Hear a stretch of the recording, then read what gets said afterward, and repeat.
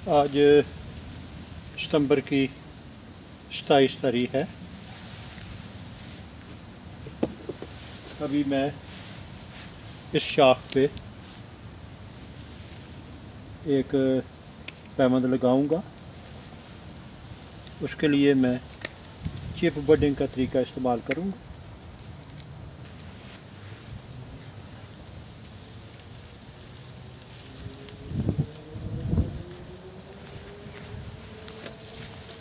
Chip budding के लिए इस शाख पे एक तकरीबन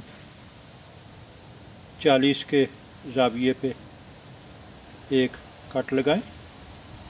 अभी चाकू को निकाल के तो तकरीबन 1 इंच दूर रख के तो एक और कट उस तरफ लगाएं। ये मैं इस वैरायटी में से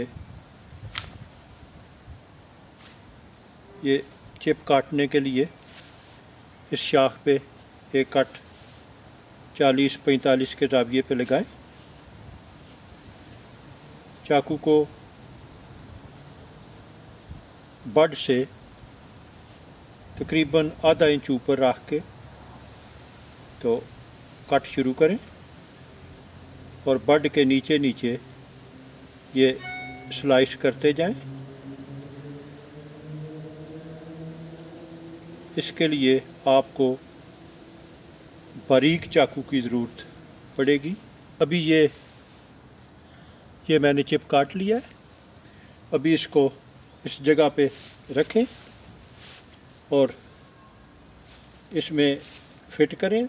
वो जो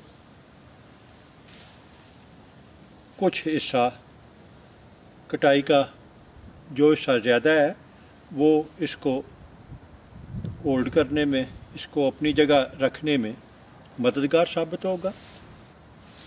प्लास्टिक की एक पट्टी लेके तो इस पे बांध दें और पट्टी बांधते वक्त इस बात का ख्याल रखें कि ये चिप अपनी जगह से हरकत ना करे।